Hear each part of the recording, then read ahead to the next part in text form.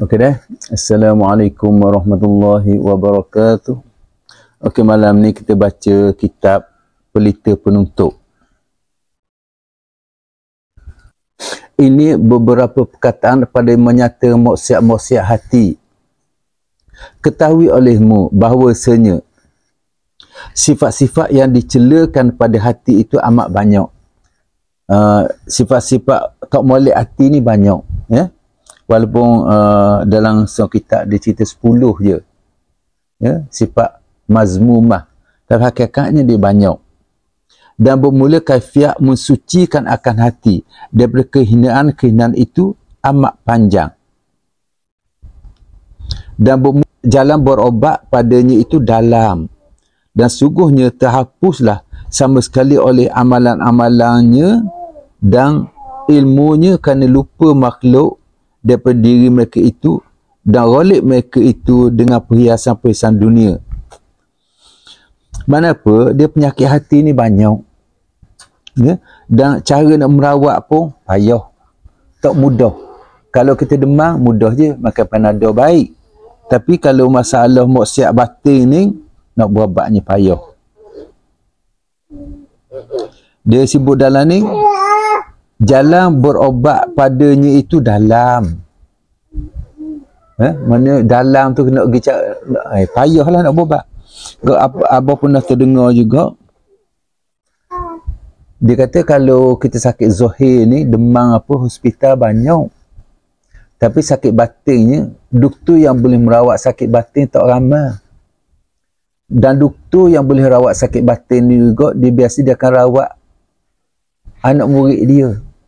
Dia tak rawat umum untuk orang ramai, dia rawat anak murid dia dan pengikut dia saja. Itu yang payahnya untuk kita rawat masalah sakit batin.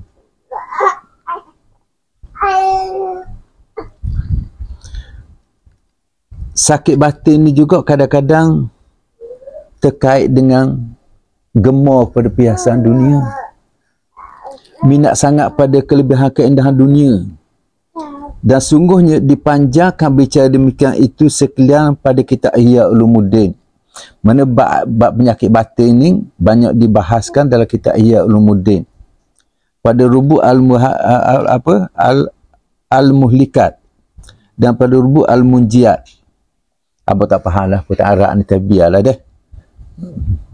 Dan tetapi ditakuti akan kamu sekarang daripada 3 perkara yang ialah setengah daripada, dia tulisnya lawati. Lewati ni lewat hati dan cemarnya. Lewati ni macam kekotoran juga ni. Kekotoran hati dan cemarnya, yang ialah yang ghalib atas ulama-ulama fiqh ini masa supaya engkau ambil daripadanya akan ketakutan engkau, kerana bahawasanya pada diri itu yang membinasakan. Dia cerita sini kadang-kadang maksiat batin ni bukan berlaku pada orang jahil saja. Maksiat batin juga berlaku pada ulama-ulama fiqh, ya, yang cari ilmu untuk cari kemegahan dunia. Walau ulama, tapi apabila dia niat untuk dapat kelebihan dunia, itu salah satu maksiat batin. Ramai semua ulama yang seolah perdagangkan agama untuk dapat kelebihan dunia. Kerana bahawasanya pada diri itu yang membinasakan, dan ialah ibu-ibu bagi perhimpunan daripada lewati dan cemar-cemar yang lain daripadanya. Dan bermula 3 yang tersebut itu ialah dengki, riak dan ujub. Maka istihad olehmu pada mensucikan hati engkau daripadanya. Maka jika kuasa engkau atasnya, maka engkau ketahuikan kaifiat ketakutan daripada yang laginya, daripada rubu' al-muhlikat. Maka jika lemah engkau daripada ini, maka engkau daripada yang lainnya terlebih lemah. Dan jangan engkau sangka akan bahawasanya engkau sejahtera dan niat yang baik pada ketika belajar ilmu. Walau ada pada hati engkau itu sedikit daripada dengki dan riak dan ujub. Dia mula ni daripada mula kita belajar ilmu lah dah. Kita belajar al-munjiat tu yang keji. Benda keji. Munjiat. Itu benda yang kotor kan? Benda kotor. Kotor dan keji. Dia anak beranak dia belakalah cemar dia di sini. Kadang-kadang mosak batin bermula pekat awal kita nak belajar lagi dah. Kadang kena niat tak betul. Niat kena belajar nak dapat kemegahan dunia. Dia mula di awal tu dah. Jadi kalau dia mula belajar dengan niat macam tu, walau berilmu pun niat tu payah nak lari, hilang di hati kita lah. Pasal kita niat asal untuk dapat kelebihan dunia.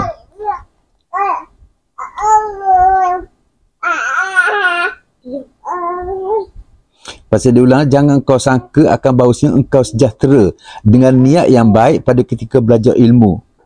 Niat baik dah belajar ilmu tu. Walha ada pada hati engkau itu sedikit daripada dengki dan riak dan ujub. Mana dalam belajar ilmu ramai-ramai tadi, kadang-kadang tengok orang lebih pada kita, mari dengki ke hati. Kita tak sedar kadang betul selit dalam hati kita. Kita tengok orang lebih pada kita, kita start iri hati. Jaga molek benda tu. Kadang-kadang kita tak sedar bahawa hati kita dipenuhi dengan sakit batin. Kita tak sedar. Banyak kita tak sedar, tu masalahnya. Dan kita dah rasa kita baik seumur lah.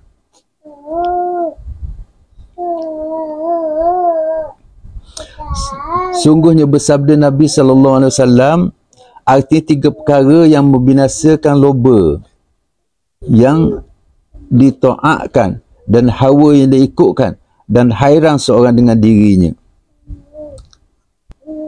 Loba yang ditaatkan, hawa yang diikutkan, dan hairan seorang dengan dirinya. 3 perkara. Ya? Mana sifat tamak tu kita taat ni, sifat tamak kita. Ya? Loba ni lebih macam tamak lah. Dia taatkan. Hawa yang diikuti, nafsu kita. Nafsu kita ikut sangat kehendak nafsu. Pasal tu kita patut berusaha untuk kawal nafsu dia sekarang. Dia kecil kalau boleh, didik anak-anak supaya kawal nafsu. Jangan ikut nafsu sangat. Nafsu akan merosakkan kita. Kemudian ada ketika kita heran, takjub dengan diri sendiri. Kalau dia kecil, kita boleh nombor 1 seumur. Sampai ketua pun kita rasa kita maksud hebat lah. Kita rasa kita hebat. Ada pun bermula dengki itu, maka ia tercawang daripada loba, kerana bahawasanya yang penyayang itu ia yang sayang dengan barang yang pada tangannya. Faham tak ni? Bahawasanya yang penyayang itu ia yang sayang dengan barang yang pada tangannya atas yang lainnya. Mana dia sayang, benda tangan dia sayang. Ayat gitu makna je. Hak tangan dia sayang. Lebih pada hak ada pada tangan orang lain. Dan yang peloba itu ia yang sayang dengan nikmat Allah Ta'ala atas hamba-hamba Allah, padahal ia pada kadung kudratnya, dan tiada pada kadung seorang itu, maka lobanya terlebih besar. Faham? Mana dia ni, dia pandang nikmat yang boleh dapat. Nikmat orang lain dapat, dia tak dapat, dia deki. Dia loba dengan nikmat orang lain. Nikmat dia tak rasa apa dia. Walau dia kaya dah sekalipun, kau tengok orang kaya pada dia loba hak nung. Oh ni teruk lagi ni. Kau boleh nak sama dia nak orang tu dapat, atau nak biar kata mampu. Nampak tak? Hak loba ni, tamak ni bahaya lagi. Makna dia gitu lebih kurangnya. Dan bermula yang dengki itu jadi kesusahanlah atasnya oleh memberi nikmat Allah Ta'ala atas seorang hambanya daripada segala hamba-hambanya. Orang suhati pada orang dapat nikmat dah. Orang dapat nikmat dia suhati. Tang raya lah tentu. Tang raya lah. Tang raya. Tang raya yang apa? Rumah comel ada sofa baru. Yang pentingnya kita deki dengan nikmat orang dapat. Itu masalah kita. Dengan nikmat ilmu atau harta atau kasih pada hati-hati orang atau satu habuang daripada sekian habuang-habuangnya, hingga bahawasanya kasih ia akan kehilangan daripadanya. Dia nikmat tu sama nikmat ilmu atau nikmat harta benda atau nikmat apa saja nikmat, kita kalau boleh nak biar hilang nikmat tadi. Bahawa kasih ia akan kehilangan daripadanya suka cita kalau orang tu hilang nikmat. Pasal tu kadang-kadang ada gak setengah cerita tu, kalau kita ditimpa musibah dan cerita kat orang sangat, kadang-kadang orang kau suka. Faham tak? Kita boleh cerita kepada orang yang boleh dipercayai. Dan itu pun kita tak tahu siapa yang boleh kita percayai. Ada setengah orang, kita ditimpa musibah, dia suka. Dia tak bersimpati. Apabila kita dapat nikmat, dia deki. Tu masalah kita dalam hidup ni. Pasal tu kadang-kadang macam tadilah, kalau dapat nikmat pun, walaupun ayat Quran suruh kita sampaikan cerita nikmat kita pada sesama manusia. Di dunia sekarang nampak, kalau kita cerita, orang akan deki dengan kita. Kalau kita terima bala, orang akan cerita, orang akan tepuk tangan pasal kita kena bala. Bukan semua manusia simpati dengan kita. Setengah tak simpati langsung. Dan jika tiada hasil baginya daripada demikian itu, muslihah sekalipun, dan ini sehabis-habis cemar dan lewat, maka kerana itulah sabda Nabi SAW. Mana walaupun orang dapat satu benda tadi, kita tak perlu pun. Kita deki juga. Apabila orang dapat, kita dapat juga. Itu panggil manusia. Payah manusia pelik-pelik. Kerana itulah sabda Nabi SAW. Bermula dengki itu memakan ia akan kebajikan seperti bahawa memakan oleh api akan kayu-kayu. Hasad dengki tadi dia kata itulah macam api makan kayu kering.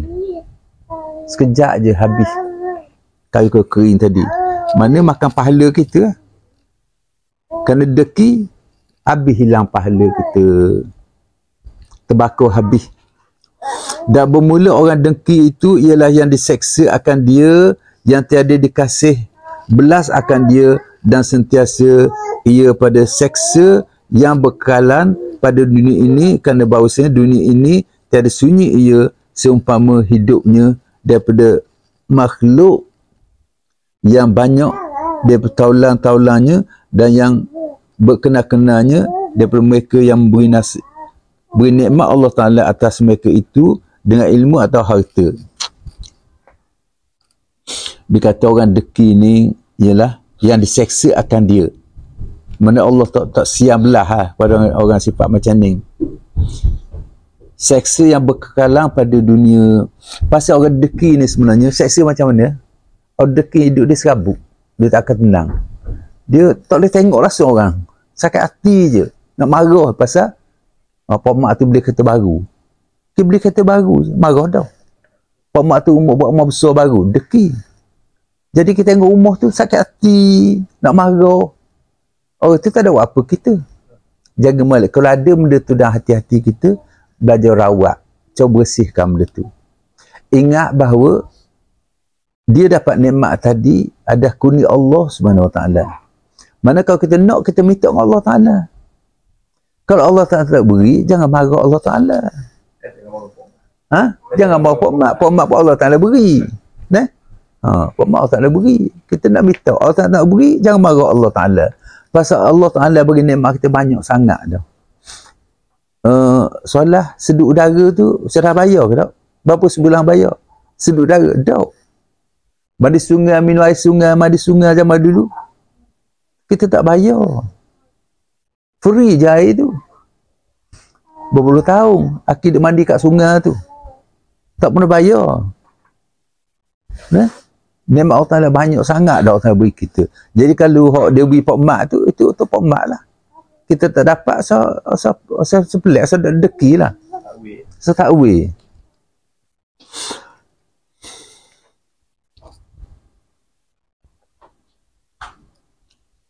Nikmat tadi kata dengan ilmu atau harta atau kemegahan, maka sentiasa ia pada seksa yang berkalang pada dunia ini hingga matinya. Mana orang deki ni hidup susah sampai mati. Saya mati. Kalau tak berobat deki tadi, seksa sampai mati. Dan kalau ada deki gini, hidup serabut, darah mudah naik, darah tinggi. Dan bermula seksi akhirat itu terlebih bersangatan dan terlebih besar, bahkan tiada sampailah oleh seorang hamba kepada hakikat iman. Selama tiada kasih ia bagi sekalian muslimin, akan bangga kasih ia bagi dirinya, bahkan saiganya. Mana dia kalau atas dunia orang deki ni, deki ya kita macam buat deki tau. Orang deki ni dah dunia hidup menderita, tak bahagia. Akhirat seksa berat lagi. Ya? Seksa akhirat berat lagi. Bahkan dia kata tiada sampai oleh seorang hamba kepada hakikat. Sini. Orang deki ni kata tiada sampai oleh seorang hamba pada hakikat iman selama tiada kasih ia bagi sekalian muslimin, akan bagi kasih ia bagi dirinya. Mana orang yang tak kasih orang Islam lain, sebagian dia kasih diri dia, tak sempurna iman. Iman tak sempurna, tahu? Tapi berapa ramai kita kasih orang sama kita kasih diri kita? Apa dia? Ada sini. Ya. Ya lebih kurang gitu. Hadir kat Quran. Ingat. Bahkan saiganya bahawa menyamai ia akan mereka itu pada kesukaan-kesukaan dan kesusahan, kerana bermula sekian muslim itu seperti berbentuk yang satu, berikat setengahnya akan setengahnya, dan seperti tubuh yang satu, apabila jadi sakit satu anggota daripada saya jadi tersakit sekian tubuhnya. Sekianlah, wabillahi taufiq wal hidayah. Wassalamualaikum warahmatullahi wabarakatuh.